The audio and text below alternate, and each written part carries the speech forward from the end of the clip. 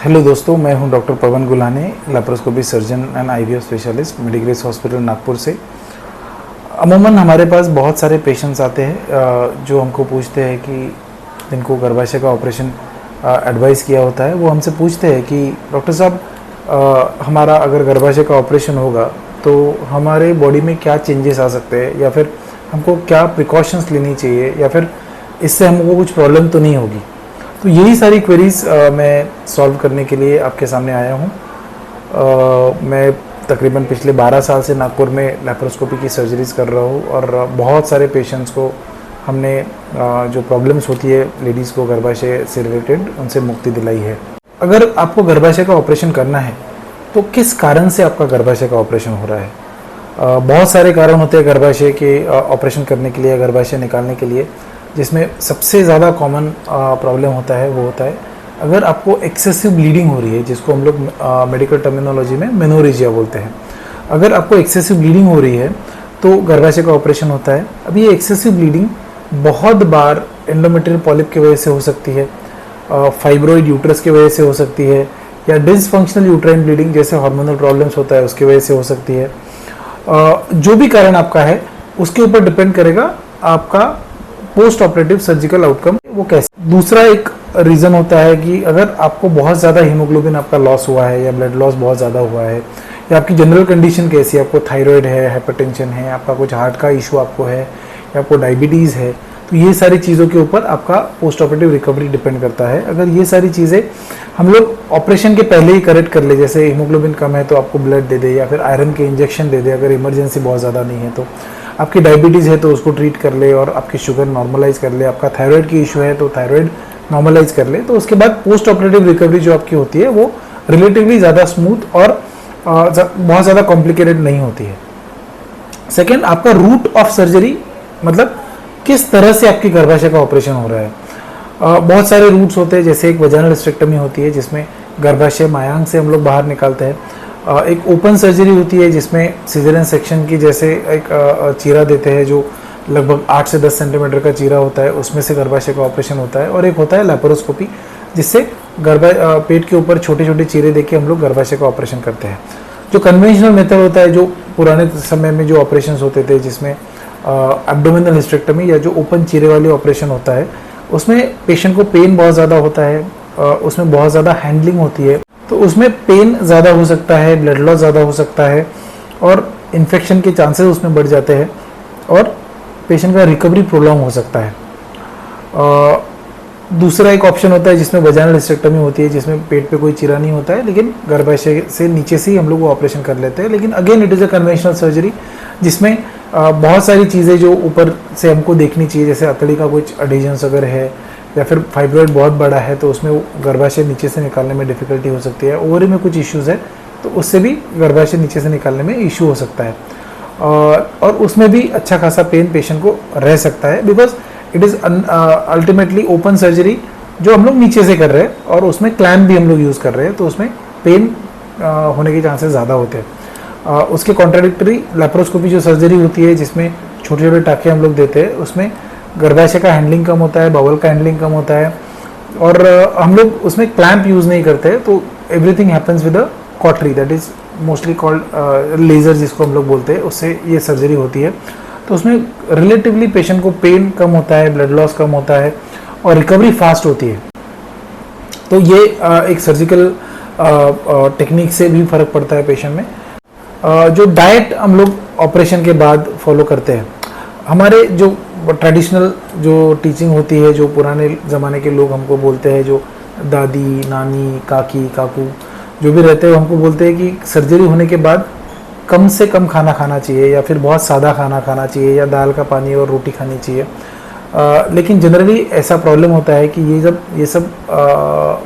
खाने से आप न्यूट्रिशनली डिप्राइव होते हैं, और आपके टाँके भरने में या आपकी रिकवरी होने में दिक्कत होती है।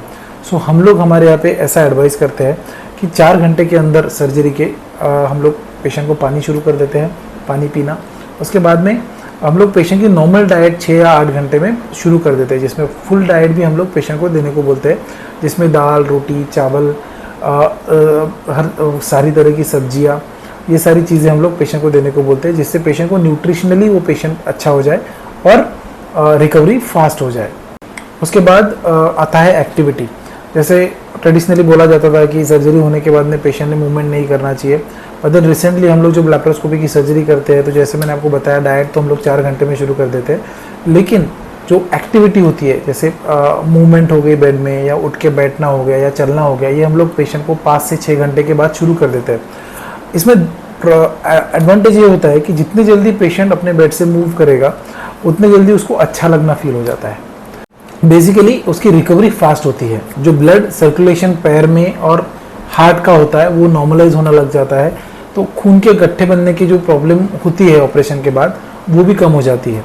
पेशेंट का रेस्पिरेशन बेटर होने लगता है, और जब वो पेशेंट मूव करता है तो उसका बैक पेन और बहुत सारी चीज़ें जो होती है वो कम होने शुरू हो जाती है, और उसको दर्द का एहसास थोड़ा कम होना शुरू हो जाता है। तो इट इज़ वेरी इंपॉर्टेंट कि आप जितनी जल्दी अपनी नॉर्मल रूटीन में आए, जैसे मूवमेंट है, डाइट है, ये सारी चीज़ों में आएंगे तो उतनी फास्ट आपकी रिकवरी होगी। ऑल्सो वाटर इनटेक एक बहुत इंपॉर्टेंट चीज़ होती है पोस्ट ऑपरेटिव रिकवरी में। जैसे रूटीनली हम लोग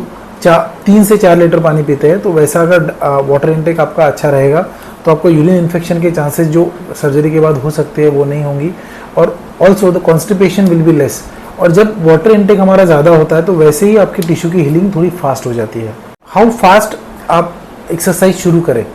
तो हम लोग एडवाइस करते हैं कि 15 डेज़ के बाद आपकी चलना या फिर योगासन ये सारी एक्सरसाइज शुरू करें। लेकिन जो हेवी वेट उठाना या फिर बहुत ज़्यादा सीढ़ियाँ चढ़ना या ऐसी कोई भी एक्सरसाइज जिसमें आपको पेट पे प्रेशर आए, ये सारी एक्सरसाइजेस हम लोग अवॉइड करने को बोलते हैं पेशेंट को। ऑफकोर्स आप इतनी एक्सरसाइज नहीं कर सकते जिम में जाके जिससे आपको डिस्कम्फर्ट हो, तो जहाँ पे भी आपको ऐसा लगता है कि आपको डिस्कम्फर्ट हो रहा है आपको एक्सरसाइज रोक देनी है। उसके बाद बहुत सारे पेशेंट होते हैं जो हमको पूछते हैं कि क्या ये सर्जरी करने के बाद हमारे बॉडी में कोई चेंजेस आने वाले हैं। तो मैं आपको बता दूं कि जो गर्भाशय का ऑपरेशन होता है, जो पेशेंट्स 42, 45, 48 के एज के होते हैं जिनकी ओवरीज आर एक्टिव, तो हम लोग जनरली ओवरीज हम लोग नहीं निकालते हैं। और जो बॉडी में चेंजेस आने के प्रॉब्लम होते हैं जैसे ऑस्टियोपोरोसिस है, आपकी हार्ट प्रॉब्लम्स है, पोस्ट मेनोपॉजल हॉट फ्लशेस है, ये सारी चीज़ें जब हम लोग सर्जरी के दौरान ओवरी निकालते हैं तभी ये सारी प्रॉब्लम्स होती है। लेकिन सिर्फ गर्भाशय निकाल के ओवरी अगर हम लोग पीछे छोड़ देते हैं तो हार्मोनल डिस्फंक्शन पेशेंट में नहीं होता है, और ये सारी जो चीज़ें होती है जो हार्ट डिजीज़ और ऑस्टियोपोरोसिस है ये आपको कुछ नहीं होने वाला।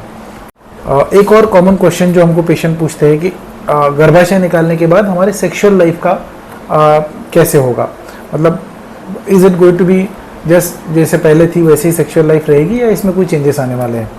तो जैसे मैंने आपको बताया जो लैप्रोस्कोपी से हम लोग सर्जरी करते हैं तो जो वजाना के अंदर गर्भाशय निकालने के बाद जो वजाना में हम लोग सूचर्स लगाते हैं उसको हील होने में लगभग 3 महीने लगते हैं, और 3 महीने के बाद हम लोग सेक्सुअल एक्टिविटी पेशेंट को अलाउ करते हैं। उसके पहले अगर सेक्सुअल एक्टिविटी आप करोगे तो हो सकता है कि आपको ब्लीडिंग हो, क्योंकि अंदर की जख्म बराबर से नहीं भरेगी। इसके लिए 3 महीने के बाद आपकी सेक्सुअल एक्टिविटी एज नॉर्मल जैसे आपकी पहले थी वैसे ही रहने वाली है, उसमें कोई बदलाव नहीं आने वाला। और जैसे भी जो भी आप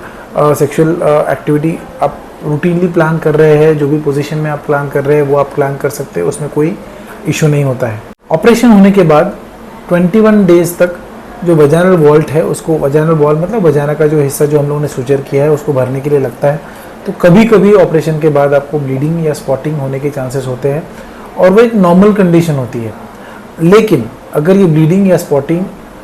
ज़्यादा क्वांटिटी में है, जिसमें आपको 2 या 3 पैड्स यूज़ करने पड़ रहे हैं, कभी आपको क्लॉट्स पास हो रहे हैं, या फिर आपको बहुत ज़्यादा चक्कर या वीकनेस लग रही है, तो इमीडिएटली आपको आपके डॉक्टर के पास जाना चाहिए और उनसे कंसल्ट करके क्या रीज़न है ब्लीडिंग होने का वो फाइंड आउट करके उसका ट्रीटमेंट कराना चाहिए।